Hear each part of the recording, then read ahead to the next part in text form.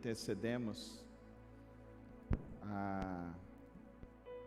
as votações, os pleitos, nós sempre refletimos aqui nessa igreja, à luz da palavra de Deus, o papel do cristão diante da polis, diante da sociedade e o nosso papel como cidadãos.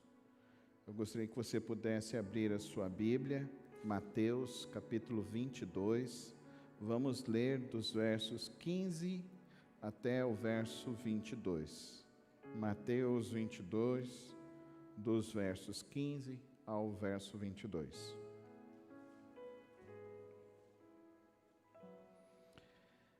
Então os fariseus saíram e começaram a planejar um meio de enredá-lo em suas próprias palavras. Enviaram-lhe seus discípulos juntos com os herodianos, que lhe disseram: Mestre, sabemos que és íntegro e que ensinas o caminho de Deus conforme a verdade. Tu não te deixas influenciar por ninguém, porque não te prendes à aparência dos homens. Dize-nos, pois, qual é a tua opinião? É certo pagar imposto a César ou não? Mas Jesus, percebendo a má intenção deles, perguntou: Hipócritas, por que vocês estão me pondo à prova? Mostrem-me a moeda usada para pagar o imposto. Eles lhes mostraram um denário, e ele lhes perguntou: De quem é esta imagem e esta inscrição? De César, responderam eles. E ele lhes disse: Então deem a César o que é de César e a Deus o que é de Deus. Ao ouvirem isso, eles ficaram admirados, deixando-o, retiraram-se. Oremos. Pai de amor, Pai celeste, obrigado, Senhor, por podermos ter essa oportunidade de te adorar, a liberdade para ler a tua palavra e nesta hora meditar na tua palavra. Que nesta hora, Deus, nossos corações, nossa vida esteja aberta e direcionada à compreensão do teu querer e da tua vontade. Usa-me, Senhor, somente para anunciar o teu querer e a tua vontade, e que os nossos corações estejam abertos e desejosos de viver a tua vontade nesses dias, em nome de Jesus. Amém. Um dos grandes princípios batistas, e isso desde o século XVI, é a separação entre a igreja e o Estado. Isso é um princípio para nós, custou a vida de muitos dos nossos irmãos. Até o século XVI, a mistura da igreja com a política e o Estado teocrático era uma mistura insana e prejudicial a todas as comunidades e as cidades que existiam. Infelizmente, a cobrança dos impostos, muitas das vezes, era feita pelos sacerdotes. Os sacerdotes cobravam os impostos. Eles eram representantes, muitas das vezes, do próprio Estado e de seus grupos. Imagina como era esse tipo de mistura, esse tipo de coisas insanas que ocorriam. Foi por volta do século XV, do século XVI, que ocorreu esse grande movimento da Reforma Protestante. A Reforma Protestante, à luz de Lutero, propagou, então, que deveria ser a separação da igreja e do Estado. Mas esse já era um princípio praticado pelos irmãos nossos anabatistas. E isso desde o norte da Espanha. Eles se separaram. Lembrando que nesse período era um período do feudalismo. Então, a burguesia se misturava junto com a igreja. E isso era terrível, a cobrança. O Brasil experimentou isso até por volta do século XVII. Para que você entenda o que ocorreu dentro do nosso país, até o século XVII, cristãos protestantes não poderiam enterrar os seus mortos nos cemitérios, porque eles eram considerados pagãos. Olha que coisa terrível. Em alguns casos, por volta do século XVII, com o eixo migratório dos irmãos americanos, eles conseguiram instituir, então, à luz do Império, os primeiros cemitérios. O primeiro cemitério que nós temos, que não era católico, é o cemitério de Araçá, lá em São Paulo. E é um cemitério que foi instituído pelos judeus. Os primeiros judeus. E lá, muitos dos nossos irmãos protestantes podiam enterrar os seus mortos lá. Mas, infelizmente, nós temos uma história aqui em Goiás muito triste. Vocês conhecem a cidade de Cristianópolis, né? Cristianópolis é uma cidade que ela surgiu justamente por causa dessa mistura, porque até o Império, até o primeiro momento da República, a mistura da igreja e do Estado era pernicioso. Então, a cidade de Cristianópolis, ela teve o seu início justamente porque uma das famílias que eles eram cristãos, teve alguém que faleceu, e não sei se você já foi daqui para Cristianópolis, mas tem um resto de uma cidade, e tem um resto de uma igreja que hoje o pessoal vai lá, tira bastante foto. Isso é história, está aqui. E a briga que ocorreu daquela cidade foi justamente essa. O padre não queria deixar que aqueles irmãos enterrassem a pessoa que era protestante no cemitério da cidade. Aquelas pessoas saíram e foram e fundaram, estabeleceram então a cidade de Cristianópolis, onde até hoje a cidade de Cristianópolis tem cerca de 70% dos seus habitantes cristãos. Você vai lá na cidade de Cristianópolis, a igreja da praça não é uma igreja católica, a igreja da praça é uma igreja cristã evangélica que tem mais de 100 anos, aquela igreja. E essa é uma história que é uma história recente. A separação da igreja e do Estado no Brasil ocorre, então, no advento republicano, através também do Império e do imperador Dom Pedro II. Eu gosto muito de história, os irmãos podem perceber que de manhã eu preguei, falei muito, à noite também estou falando. E por que eu digo isso, queridos irmãos? Porque, infelizmente, muitas pessoas ainda acham que devemos misturar novamente igreja com política. Igrejas batistas, nós não temos um líder máximo. Elas são autônomas. Nós não temos um líder máximo.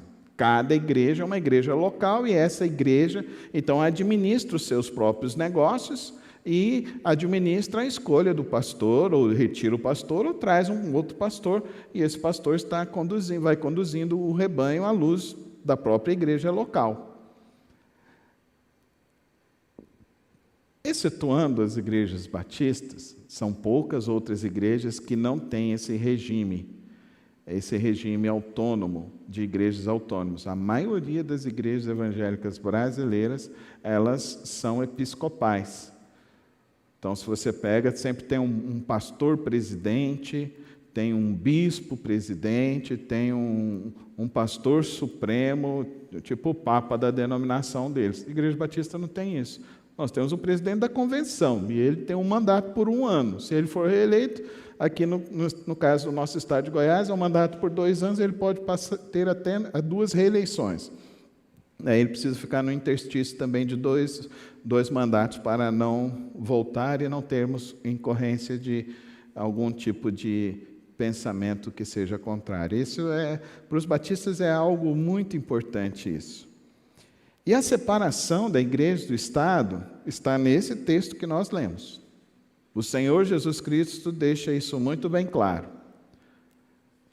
Igreja é uma coisa, Estado é outra. Então ele diz isso de maneira bem clara. O que é de César é de César, e o que é de Deus é de Deus. Então, seja um bom cidadão e seja um bom cristão. Nós precisamos entender isso. Então, a igreja, e qualquer igreja que em seu púlpito queira avogar um candidato ou partido político, para mim isso é errado. Aqui vocês não vão ver isso. Vocês podem ver eu apresentando um membro da nossa igreja que está colocando o nome para a candidatura. Então, isso é o desejo do irmão. Então, eu apresento o irmão. Se os irmãos quiserem votar, os irmãos votem. A escolha é de cada um. Agora, o texto traz uma questão. Aqui tem um nome de um grupo que se chama os Herodianos. Quem que é esse pessoal? Esse pessoal era judeu, faziam parte da sinagoga, mas esses herodianos, eles falavam abertamente meio que um estado anárquico. E por incrível que pareça, essa ideia perdura-se até hoje. Então esses herodianos, eles custeavam os zelotes, como eu falei pela manhã. Os zelotes era a força armada dos judeus, mas eles queriam tomar o Império Romano pela força. E é interessante que esses herodianos, então, que vão questionar Jesus. E Jesus, então, responde a eles dessa maneira bem clara. O que é de Deus, o que é do Império Romano é do Império Romano. E entregam para as pessoas. E eles leem. E depois eles trocam as páginas da Bíblia. Porque são ideologias que buscam a destruição da igreja. E a igreja, ela é atacada por ideologias humanas, ideologias de poder. Você vê o que ocorre na Nicarágua.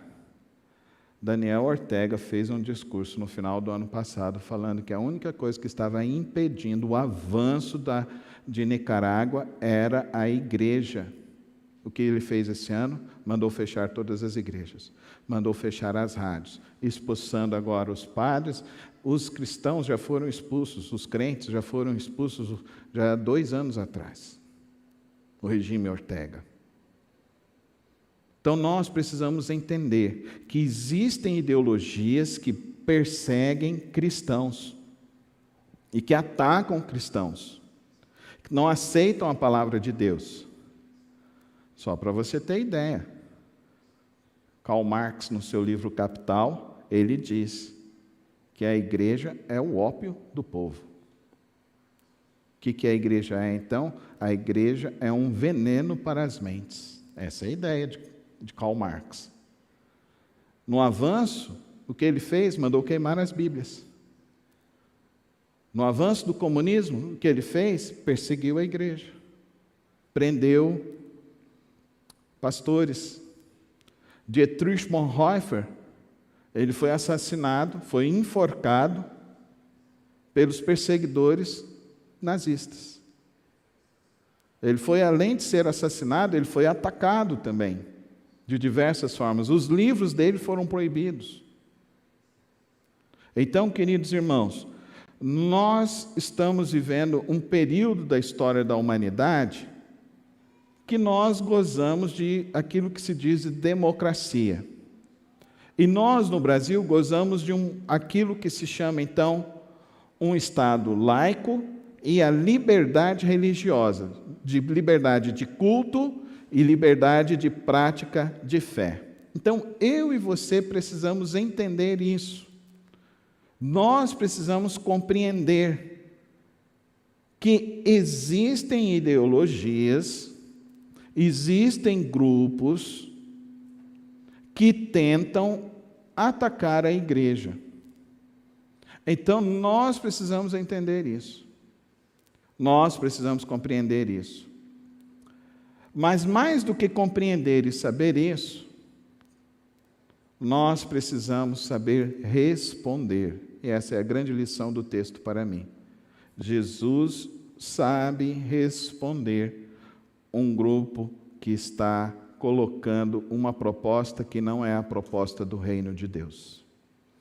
E qual é a resposta que nós cristãos podemos dar para este tempo e para esta época, para as coisas que estão ocorrendo, para as coisas que podem vir a ocorrer?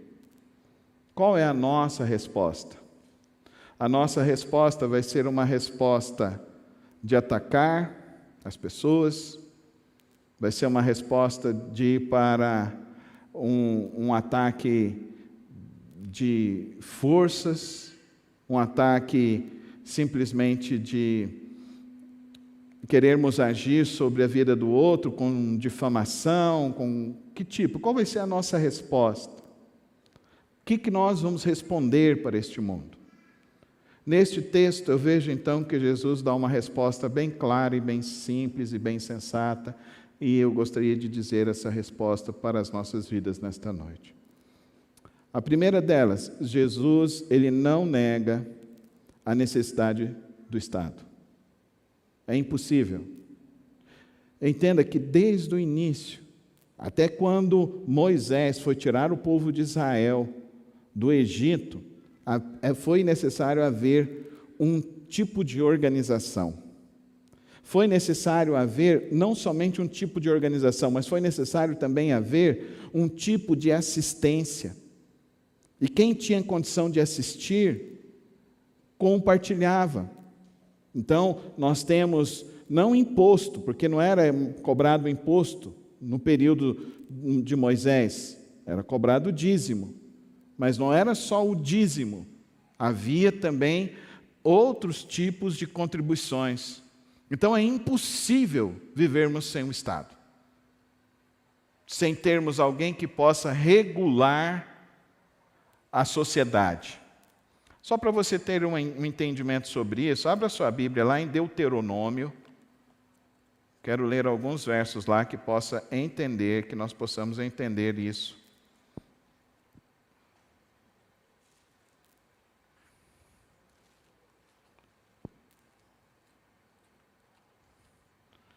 Deuteronômio, no capítulo 17, se eu não estou enganado. 16, verso 18, 19 e 20. Isso é regulação de Estado. Isso é regulação de modo de vida social. Nomeiem juízes e oficiais para cada uma de suas tribos em todas as cidades que o Senhor, o seu Deus, lhes dá, para que eles julguem o povo com justiça. Não pervertam a justiça, nem mostrem parcialidade. Não aceitem suborno, pois o suborno cega até os sábios e prejudica a causa dos justos. Sigam única e exclusivamente a justiça para que tenham vida e tomem posse da terra que o Senhor, o seu Deus, lhes dá. Regulação do Estado, regulação da justiça, regulação da escolha de líderes. Então, nós temos isso desde a formação do povo de Deus e o povo saindo e peregrinando até chegar à terra de Canaã. Então Deus é um Deus de organização. Então nós precisamos de organização e nós precisamos de nomear pessoas que possam nos ajudar a isso. Qual é o critério? O critério para mim permanece o mesmo. É isso que eu gostaria de conversar com você. O que nós vemos lá, Jesus respondendo é: precisamos do Estado. Agora, nós não podemos misturar igreja com Estado. Mas agora, quando vocês vão escolher líderes, como devem ser esses líderes? O texto, então, nos esclarece sobre isso. Escolham pessoas, então, para que eles julguem o povo com justiça. Então, tem que haver um mínimo de formação. Tem que haver um mínimo de entendimento. Não pervertam a justiça, nem mostrem parcialidade. Então, não pode ser uma pessoa também, aqui diz, não aceitem suborno, pois o suborno cega até os sábios e prejudica a causa dos justos. Querido irmão, querida irmã, negociar voto, vender voto, querer receber algum benefício em troca de voto, cristão não faz parte disso. O verdadeiro discípulo de Deus não faz parte desse tipo de coisa. Queridos,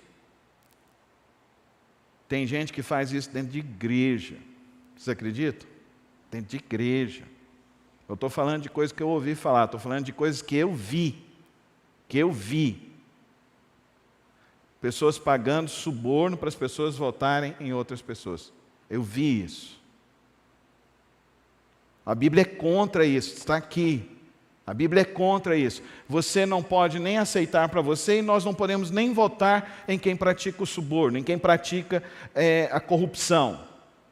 Por quê? Porque isso vai trazer prejuízo. Vai trazer prejuízo à nação. Vai trazer prejuízo às nossas vidas. Então, devemos não nos corromper e também evitar o voto em corruptos. Corruptos declarados, corruptos que já foram processados, corruptos que já foram presos. Nós precisamos ter esse entendimento. Sigam única e exclusivamente a justiça, para que tenham vida e tomem posse da terra que o Senhor, o seu Deus, lhes dá. E agora é uma coisa que nós precisamos entender isso. Escolher pessoas que seguem a justiça de Deus. Nós temos pessoas para seguir a justiça de Deus. Isso requer de nós o quê? Pesquisarmos. Qual é o melhor balizamento para entendermos de justiça de Deus? Você conhece os 10 mandamentos? É um bom caminho. É um bom caminho. Eu acho que nessa pandemia se revelou um espírito autoritário em muitas pessoas. E eu digo para os irmãos de uma maneira bem clara: qualquer pessoa que mandou fechar igreja para mim não é digna do meu voto. Não é digna do voto de um cristão. Nós somos responsáveis. Nossa igreja é responsável. Nós somos pessoas responsáveis. Nós somos pessoas que sabemos como nos portar. Queridos irmãos, teve pastor que recebeu visita. Ele estava fazendo culto, transmitindo o culto de dentro da igreja. Teve pastor daqui, na nossa cidade, isso não foi só uma igreja, não. Isso não foi só uma igreja, não. Pelo que eu fiquei sabendo de colegas, foram mais de 15 igrejas que receberam visita, inclusive, da guarda municipal. O pastor estava, ele, 2, 3, 4 irmãos dentro da igreja. Eu me lembro que logo no início da pandemia, os irmãos falaram: pastor, vamos fazer a transmissão lá da igreja. Eu falei: irmãos, não vamos, porque eles estão visitando as igrejas. Não vamos fazer, não quero que os irmãos passem por esse tipo de constrangimento, porque é um constrangimento. Não tinha sabedoria nessas coisas. Era uma imposição. Não tinha justiça. Nós fizemos lives, onde nós tivemos mais de 300 pessoas assistindo nossas lives. O irmão Marcelo e a irmã Esther estavam contando de uma família lá em Araguari que estava acompanhando e que eles nem cristãos eram, mas que eles estavam sendo atingidos pela mensagem, e a mensagem estava trazendo conforto e auxílio para aquela família. Nós precisamos estar atentos sobre aqueles que coadunam com ideias e pensamentos ditatoriais e alinhados com esse tipo de perseguição de cristão. Nós precisamos ter muita prudência nas nossas escolhas. Nós precisamos ter muita sabedoria na escolha desde o presidente, do deputado estadual, do deputado federal, do senador. Estejamos muito atentos sobre isso. Estejamos muito atentos. A palavra de Deus nos dá um caminho, uma direção. Que a nossa escolha, então, seja uma escolha que tenha, além da prudência, da sabedoria, que você gaste um tempo em oração essa semana, que você gaste um tempo pesquisando no seu candidato, analisando currículo, partido, o que ele faz, da onde ele vem, para onde ele está indo. Analise as propostas, saiba o que ele está dizendo. Se tem alguma proposta que é contrário ao ensino da palavra de Deus, queridos irmãos, vamos refutar. Vamos refutar. O nosso papel como pastor, como igreja, é entendermos, à luz da palavra de Deus, o que devemos fazer e como devemos agir. Então, à luz do ensino do Senhor Jesus Cristo, nós precisamos ter um Estado. Um Estado que nos auxilie a viver bem. Se você ler o texto de Paulo, lá em 2 de Timóteo, abra sua Bíblia lá agora, em 2 de Timóteo.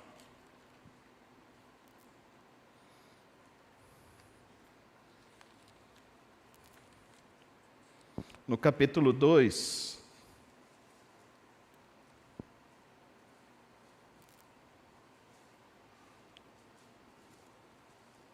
desculpe, 1 de Timóteo, capítulo 2, versos 1, 2 e 3, diz assim: Antes de tudo, recomendo que se façam súplicas, orações, intercessões e ações de graças por todos os homens, pelos reis, por todos os que exercem autoridade. Para quê?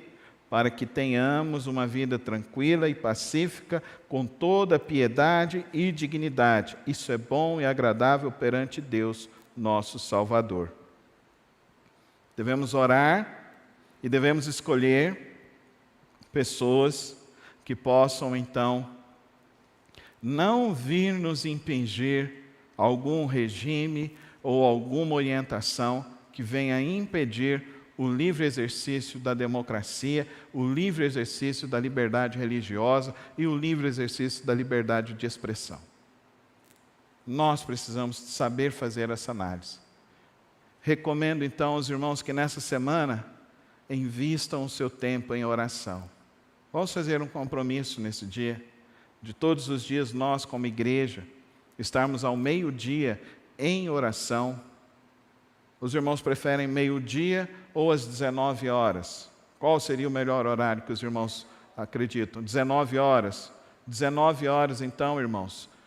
O dia que eu puder fazer uma live, eu entrarei no Instagram, faremos uma live então, para que nesse dia possamos orar, para que possamos ter sabedoria na escolha. Saibamos escolher como foi a orientação que Deus deu ao próprio Moisés.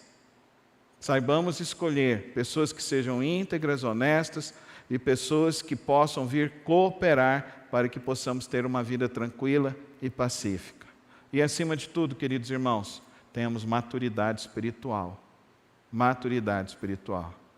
Infelizmente, existem famílias que estão se dividindo por questão política. Infelizmente, isso não é o proceder do cristão. Isso não é o proceder do cristão. O proceder do cristão é paz, harmonia, respeito, amabilidade. Esse é o proceder do cristão. Querido irmão, ninguém é obrigado a converter o outro para político e partido de ninguém. Ninguém. Você pode conversar e ter uma conversa madura com pensamentos diferentes. Agora, impor e discutir e brigar por isso, não.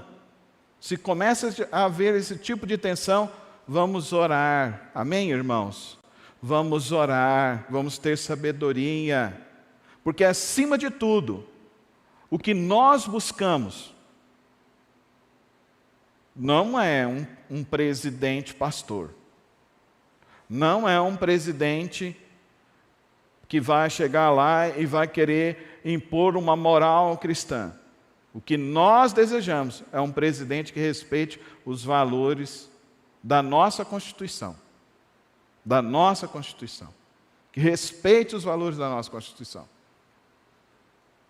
Precisamos orar e ter essa sabedoria. E que Deus nos conceda a graça de termos homens e mulheres que não aceitem o suborno, que vivam com integridade. E que esse país possa viver anos de paz e de prosperidade. Em nome do Senhor Jesus. Amém? Quero encerrar novamente esta mensagem de joelhos em oração. Os irmãos que puderem se ajoelhar, nós vamos orar mais uma vez. Orarmos pelo nosso país, orarmos pelas eleições nesta nação.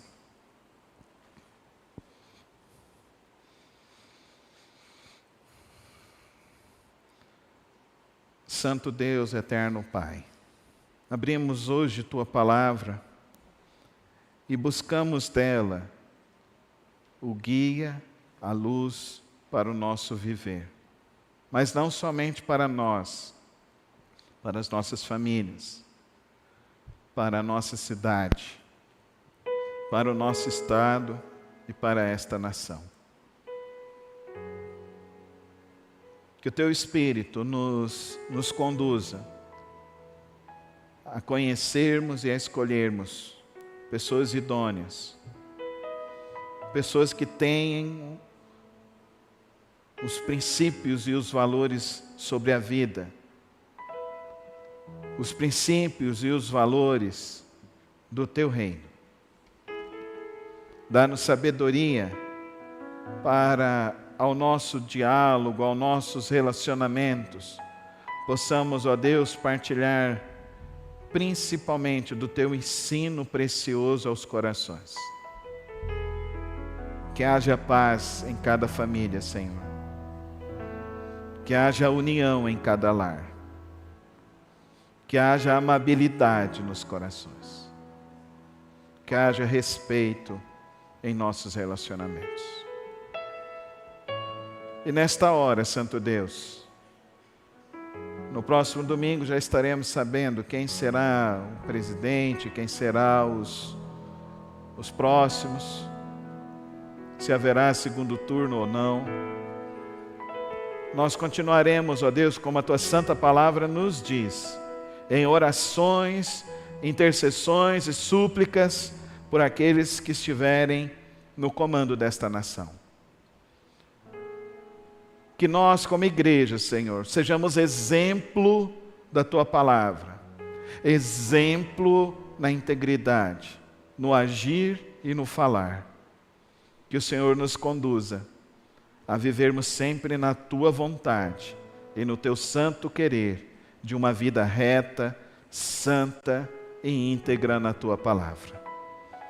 Rogo nesta hora, abençoa, Senhor, cada lar, cada família, no precioso nome de Cristo Jesus. Amém, amém e amém.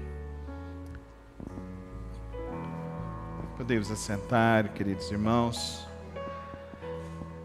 E do fundo do meu coração, desejo que o Senhor nos abençoe, o Senhor nos guarde, o Senhor nos livre de todo o mal.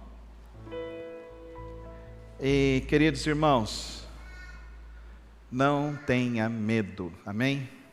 Não tenha medo. Vivamos na presença do Senhor, o nosso Deus, porque Ele é quem nos guarda. Ele nos guardou até aqui e continuará nos guardando até a volta do Senhor Jesus. Te louvamos, te exaltamos e agradecemos, Senhor, por mais uma vez podermos te louvar e meditar na Tua Santa Palavra. Que o Senhor nos guie, que o Senhor nos conduza, que o Senhor abençoe a semana de cada irmão, a família de cada irmão, com a graça, com a força e a sabedoria, no precioso nome de Cristo Jesus. Amém.